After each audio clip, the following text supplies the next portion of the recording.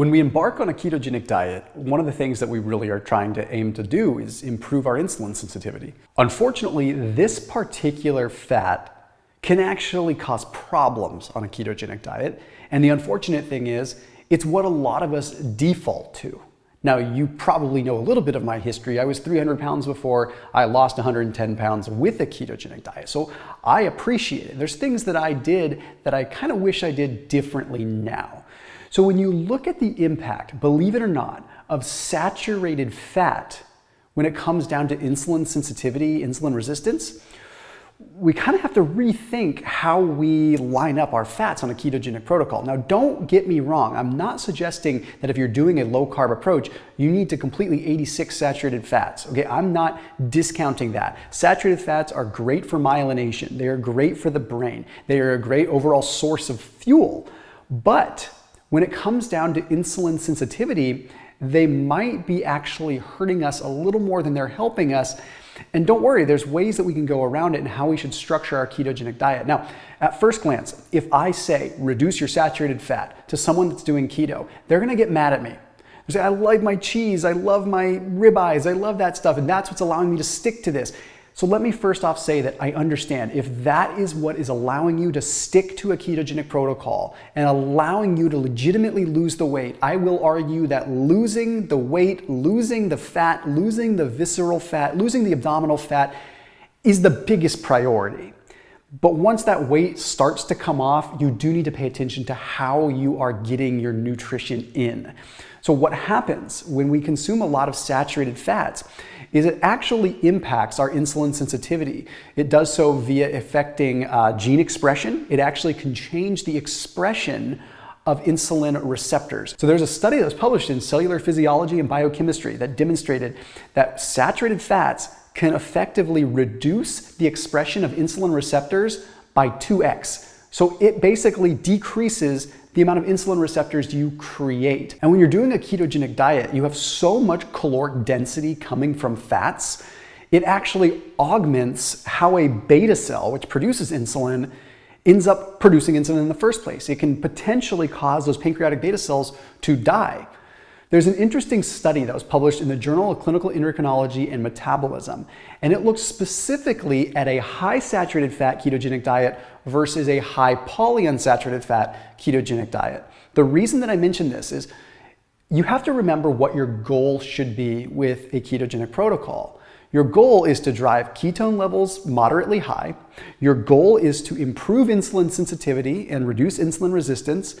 And your goal should be to improve your lipid profile, okay?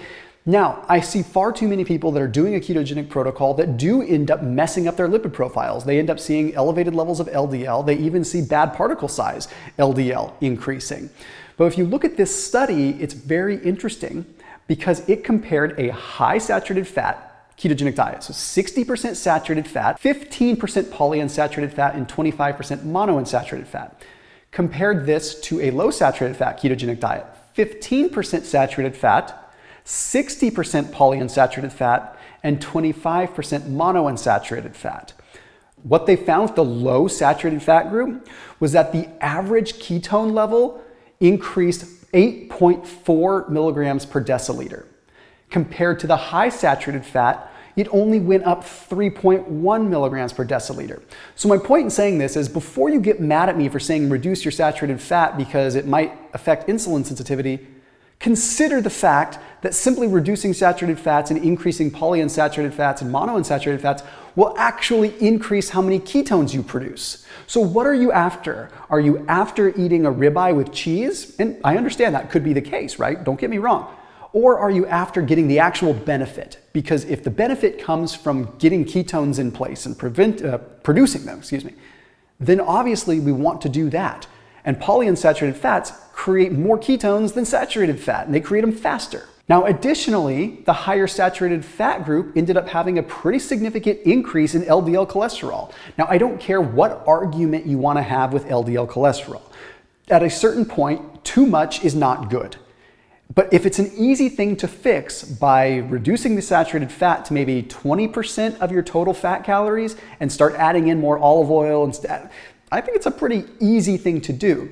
If you want to have meat that maybe is a little lower saturated fat, you just pick the right kind of meat, right? You pick ones that have less marbling or ones that have maybe less of a thick ribbon of saturated fat. Like fillets, things like that are perfect. Filet, even New Yorks to a certain degree are great. Or skirt steaks or flank steaks where there's not as much saturated fat. Or go for like poultry or go for fish. Or the cool thing about pork is pork has a higher monounsaturated fat content and in certain cuts has lower saturated fat. I put a link down below for ButcherBox. They have really good grass-fed, grass-finished beef, but they also have really awesome things too. They have pork, they have scallops, they have salmon, they have cod, they have halibut, you name it, and it's all super good pricing, and that link is down below. It gets delivered directly to your doorstep.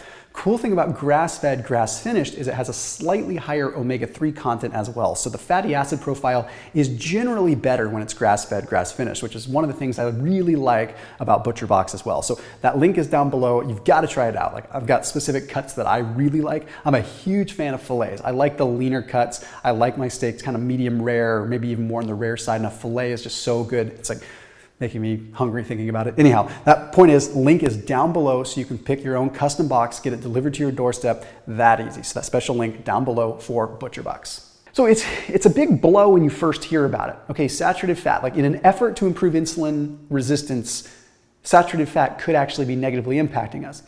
And I'll kind of paraphrase why this is happening. Saturated fat is very calorically dense. It's energy dense, okay? Our pancreatic beta cells, our cells in our pancreas that produce insulin, when they receive a lot of energy from a thing like a saturated fat, there's so much energy being produced, so much ATP, that they actually become somewhat, for lack of a better term, insensitive to glucose, okay? So that means if you do have carbohydrates come into the equation, then the beta cells aren't responding to that glucose very well. You might be thinking, well, I'm keto, I'm never going back, I'm never gonna have carbs again. It still does not change the fact that you still respond to insulin, even with protein consumption. Maintaining insulin sensitivity is very, very important. So you might be saying, okay, I've reduced my saturated fat intake, what do I do now?